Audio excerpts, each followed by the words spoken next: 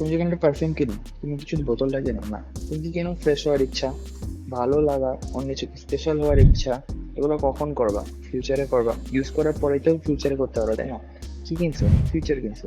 একটা gym membership নিলা, তুমি জিম কেন যাবে? চেহারা দেখাইতে যাবা? অবভিয়াসলি না, মাসল বানাইতে যাবা। কখন বানাবা? সামনে বানাবা, ফিউচারে বানাবা। কি কিনছো? ফিউচার কিনছো। একটা স্কিন কেয়ার প্রোডাক্ট আছে, ওটা অ্যাকচুয়ালি কোনো টিউব নেভার। একটা কনফিডেন্স। মানুষ নিজের প্রবলেম সলভ করার জন্য লক্ষ লক্ষ কোটি টাকা ইনভেস্ট করতে পারে, ওই জায়গায় মানুষ কোনো প্রকার কৃতজ্ঞতা করে না, কখনো না। তুমি যদি একজন ভালো সেলার হয়ে থাকো, মনে রাখবা ফিউচার বলতে কিছু নেই, ফিউচারে সবকিছু। মানুষ ফিউচারে অনেক ইনভেস্ট করতে পছন্দ করে।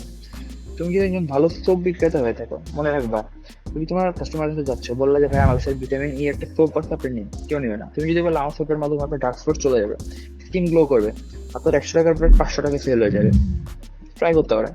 স্টিভ জবস একবার একটা কথা বলেছিলেন, people don't want to buy a computer, they want to be more productive. Apple কোনো প্রসেসর বিক্রি করে না, ওরা অ্যাকচুয়ালি লাইফস্টাইল প্লাস ফিউচার বিক্রি করে।